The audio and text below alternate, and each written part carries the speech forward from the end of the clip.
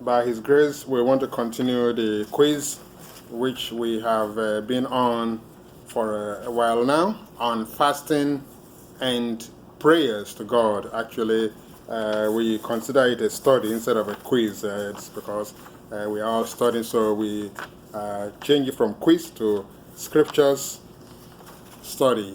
So, scriptures study, fasting and prayers to God, and we've been on a few different verses to help us understand what we are learning regarding fasting and prayers, and how God used that prayers or fasting to accomplish the requests of Bible men and women. Question 22. Pray for and bless those that curse and use you. True. All right? Luke 6.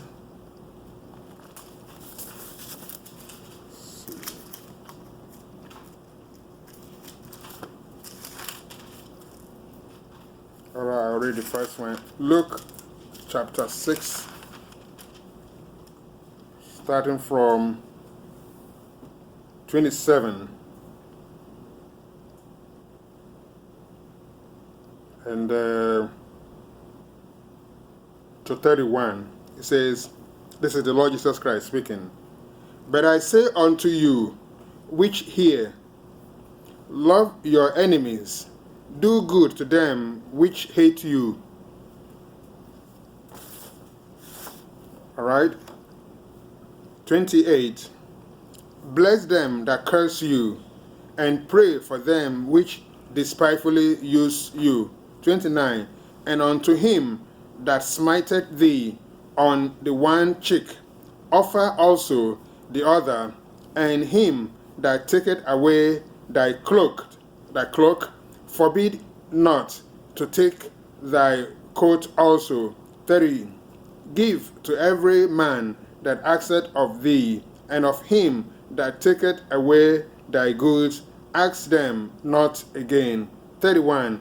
And as ye would that men should do to you, do ye also to them likewise.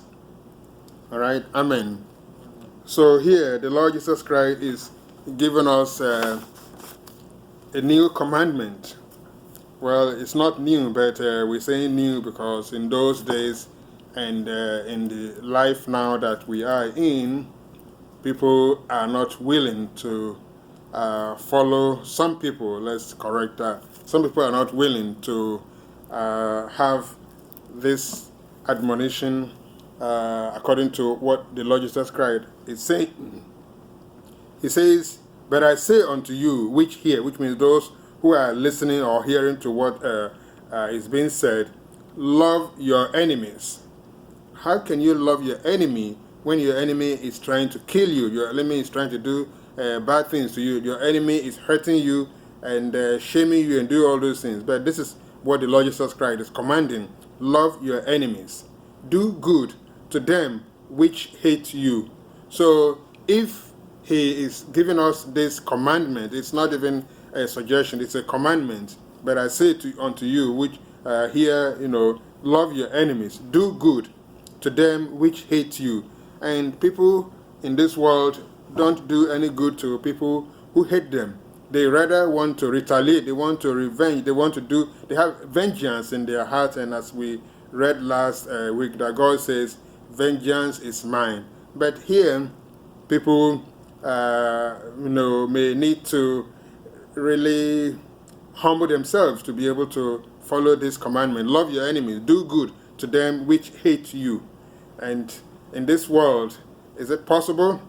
When somebody hates you, that means that you don't even want to see the person, you don't want to talk to the person, you don't want to have anything to do with the person, you all just want to, when the person even speaks to you, you don't even respond because the person hates you and you hate the person back. Of course, you may say that the person hates you, but then you don't hate them, but still the communication, the interaction is not flowing because there is a barrier, because hate has come in, and when hate comes in, it creates a big problem. Verse 28, bless them that curse you, which is something which also the same passage. This passage is also in Matthew 5:44, which we have already referenced before, and we know these are all things which is very, very hard for anyone to swallow.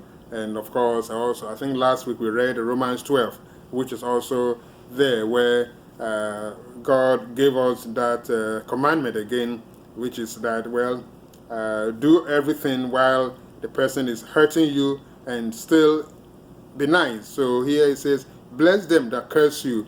And when people curse us, people say bad things about us, and it's really doesn't help, because, and as we mentioned last time, when people curse you in those days, or the children, when they curse you, they actually say they use a more painful way of cursing you, that not even you. They are even saying that, well, what I'm saying it to your, against your mom, against your dad, against your family, and that even makes us agitate us more to even want to, fight back and use a bad, even profanity in our word. But God says, bless them that curse you, and pray for them which despitefully use you.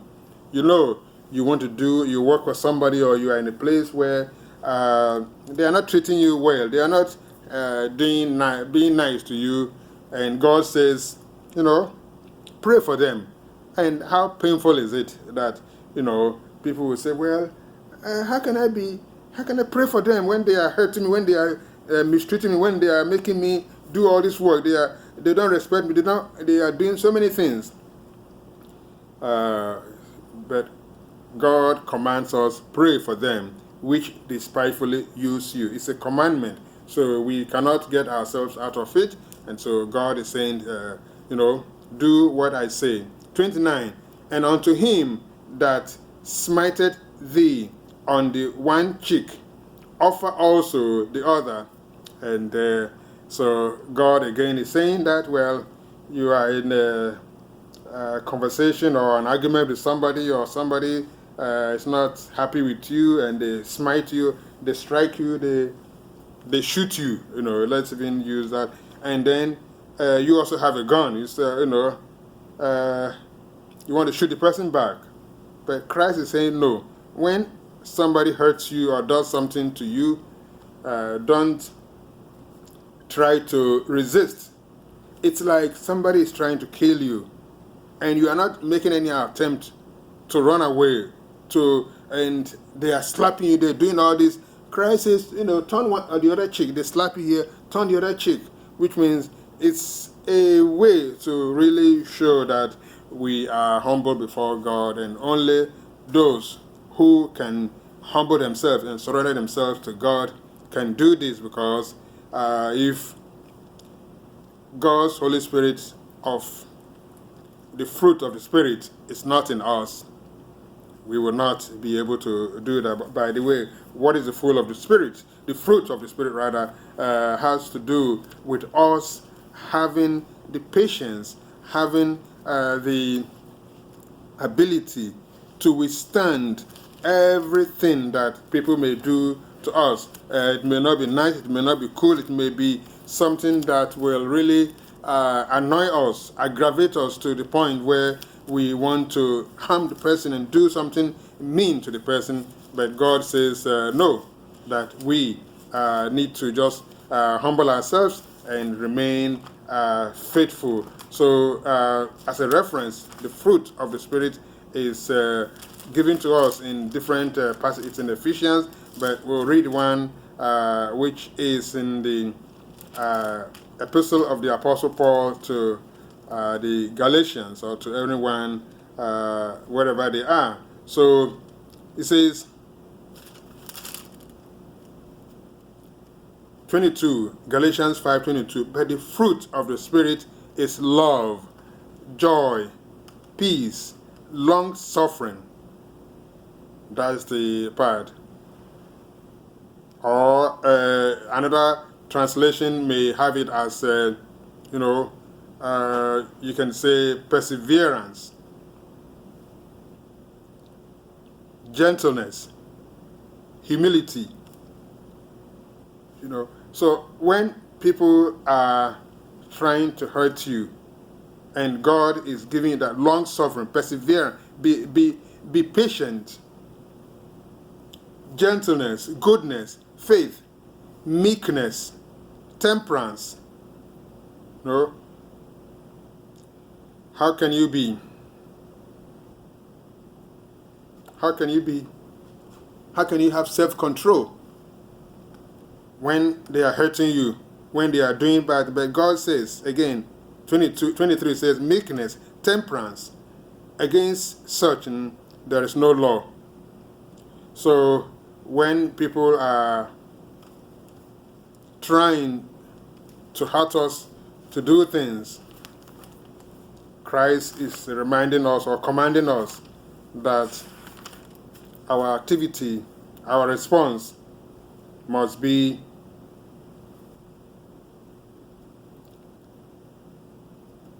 as if we are not feeling it. When they are hurting us, they slap you on one, you turn the other, they slap again, and then, and I think there was a question the other day from one of us that, what about if they keep doing it again and again and again? Should you remain calm when, all right, Christ says, if they slap you on one, turn the other cheek. But if they slap you on one, you turn it, and then they slap you again, you turn the, how many times can you resist? How many times can you wait? And the question was that, well, how many times should you really be able to humble yourself when the person is rather hurting you badly?